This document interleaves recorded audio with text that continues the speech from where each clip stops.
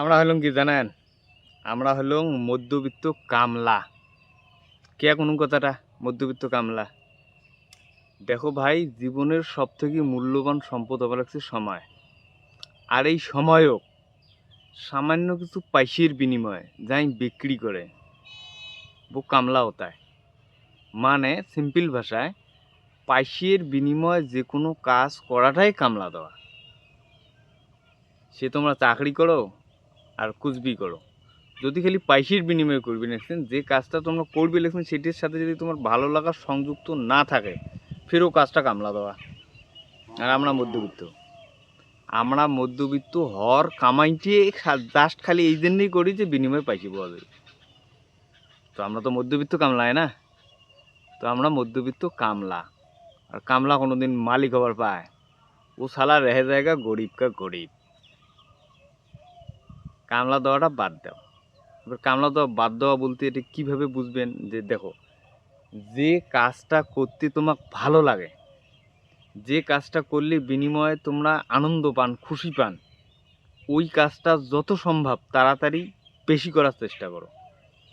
যেমন যেমন মোর এই ভিডিও বানাইতে ভাল লাগে, এটি কিন্তু মোর কামলা দেওয়া নয়, মোর এটা ভালো লাগা কাম। তবেই করো। দেখো পিছনে বাঁশবাড়ির মধ্যে গছের মধ্যে মোবাইল দিয়ে আমি ভিডিও বানানো লাগছি।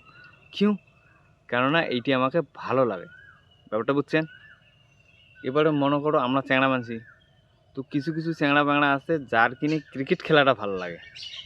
ক্রিকেট খেলালে পয়সা দেয় রে? নো, কোনো পয়সা দেয় না। তারপরে ওই বৈশাখ মাসে জ্যেঠ মাসে রোদুত, এই রোদুত যে রোদ গাও কালা করে ক্রিকেট খেলাই কা হে, क्योंकि हमें अच्छा लगता है। ওইটি কাজ হবে লাগছে নিজের দিনে কাজ করা। আর পয়সার দিনে যেটা কাজে করেন বুকে আয় কামলা দেওয়া। আর এই কামলা দেওয়া কাজটা তোমার জীবনে যত বেশি থাকবে, অত তোমার কামলা দেওয়ার পার্সেন্টেজটাও বেশি থাকবে। জীবনে মালিক হওয়ার পার না, मालिक बनो मालिक। जब तक मालिक नहीं बनते हो जिंदगी में कुछ नहीं होगा, ये लिख के रख लो।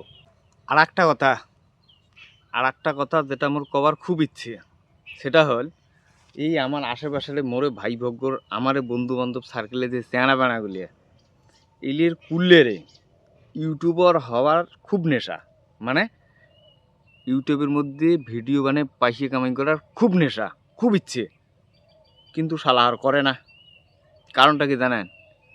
উমরা যদি ইউটিউবত কাজ করবে যায়, প্রথম অবস্থায় উমাক লাগে heavy camera, heavy sound system, mic, मतलब वो लग्जारी चाहिए इसको। ये लिखबी हेভি सब কিছু উন্নত ধারণার। কিউ ভাই, তোরটা যেটা আছে, যেটা মোবাইলে আছে, তুই যেমনই আছিস ওইটা দিয়ে ভিডিও না হয়? কিসনে বলা রে ওইটা দিয়ে হয় না? তুই ভিডিওটা তো বানাও, রাতারাতি ভাইরাল হবার চাস, রাতারাতি কামিয়ে হবার চাস জীবনে, ऐसा नहीं होता है फिर। দেখ, ভিডিও বানানোটার একটা প্রসেস, এটাও শিখতে হয়, শিখতে হবে। শিখতে শিখতে ফির যে তোর ভিডিও মানুষ দেখবে, মানুষের ভালো লাগবে। তো তুই হেভি সেট আপ কী করিস? তুই জানিস কেঙ্গুড়ি ভিডিওর মধ্যে কথা কওয়া হয়, ক্যামেরা ধরলে দম দেবে এলে তোর আটকিয়ে না বেরিয়ে তোর মুখ দিয়ে কথা। তুই ইউটিউবার কেসে বনেগা রে কামলা, মধ্যবিত্ত কামলা? তুই কামলা দেওয়াটা বাদ দে, যা আছে যেমন আছে অমনই শুরু কর। काहीं देखबी ना देखबी उसका टेंशन है, हमारा थोड़ी है। हमारा काम है वीडियो बनाना, वीडियो बनाओ और डालो, डालते रहो 5 साल तक। क्यों नहीं बनोगे यूट्यूबर?